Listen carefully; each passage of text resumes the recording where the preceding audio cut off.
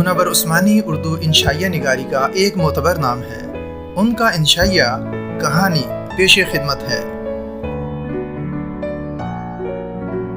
پہلے تو میں کہانی میں رہتا تھا اور کہانی مجھ میں رہتی تھی۔ پھر ایک دور وہ آیا کہ میں اسباق، احکام، افکار اور اسی طرح کی دیگر چیزوں میں گھرتا چلا گیا۔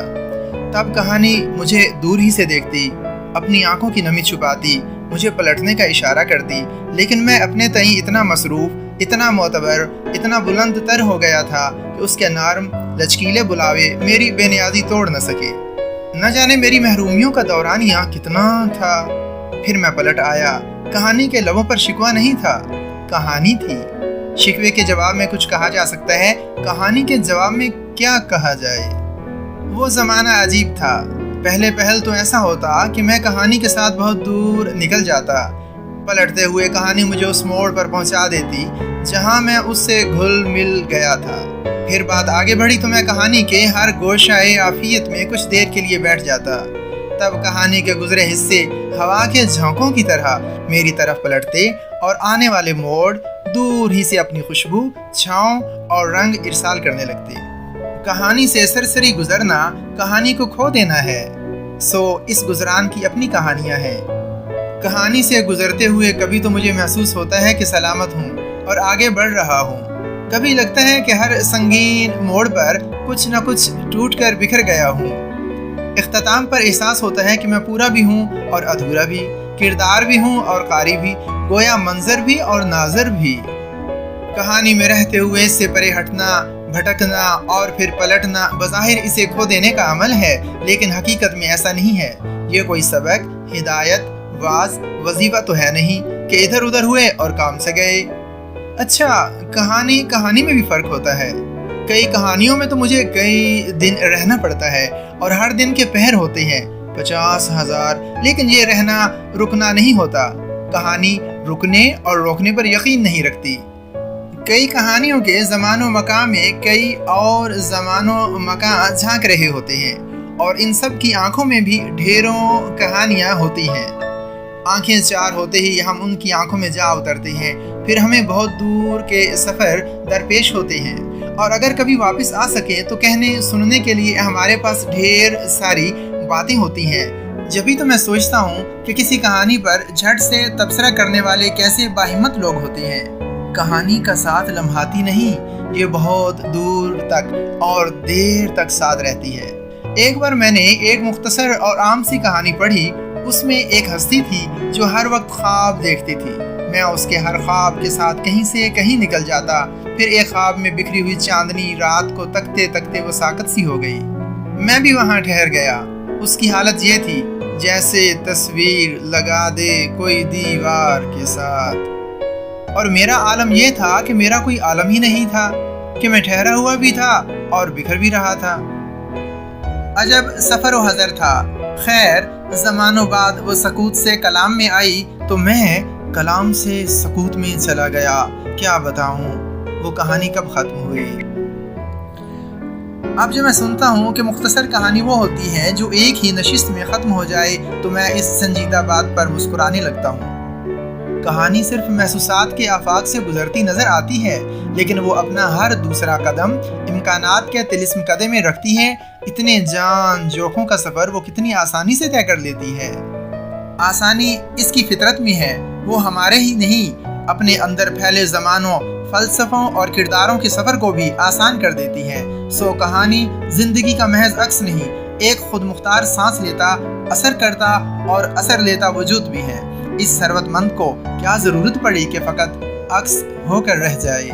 ہاں، کہانی کے بہاؤ میں اندر باہر کی سب دنیاؤں کے رنگ، ریزے، لہریں، کرنیں، غرض بہت کچھ شامل ہو جاتا ہے، لیکن اس شمولیت کے باوجود وہ منفرد اور خود کفیل ہے اور اپنے تشخص، تنہائی اور پنہائی کی خود ذمہ دار ہے۔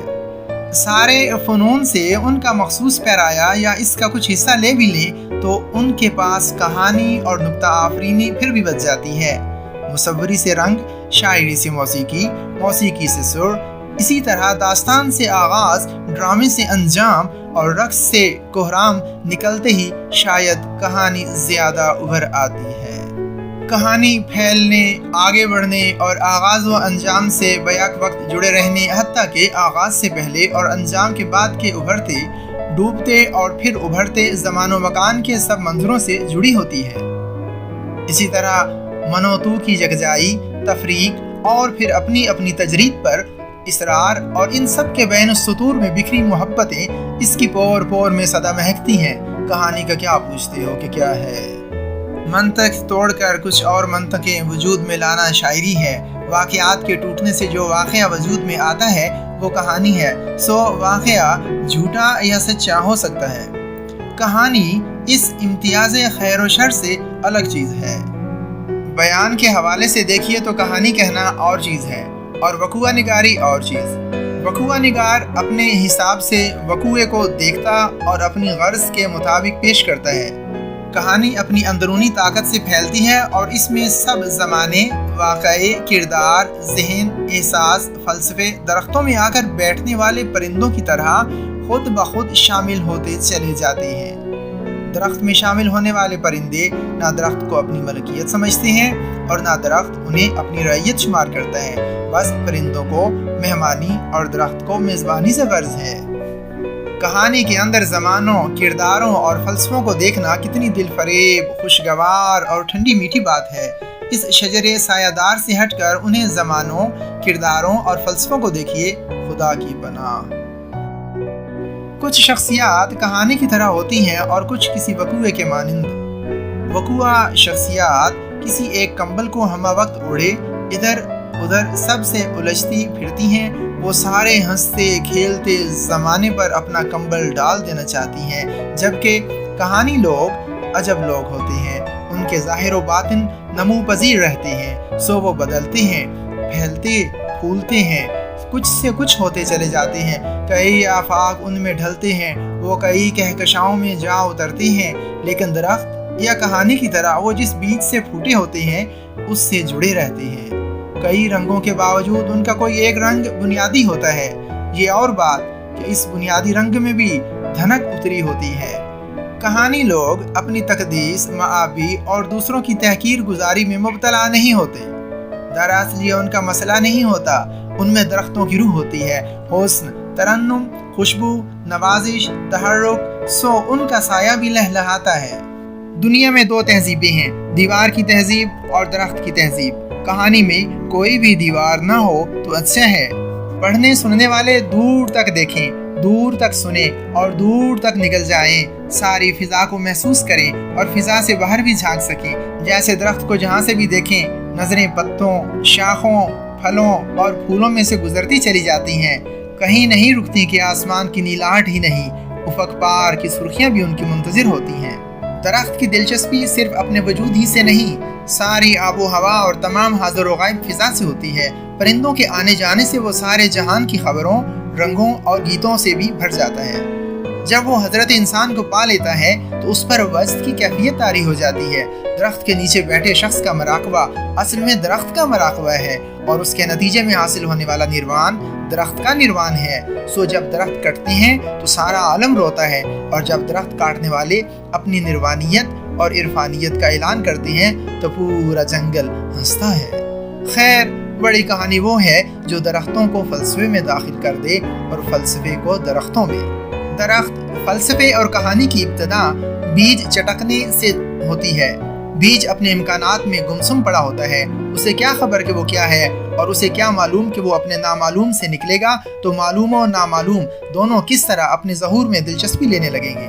اور تو اور بیج بیچارے کو تو یہ بھی پتہ نہیں ہوتا کہ اس کا کون سا امکان، کون سی جہت پار کر کے اپنی بے خبری کی کس لطافت سے کہانی کا آغاز کرے گا۔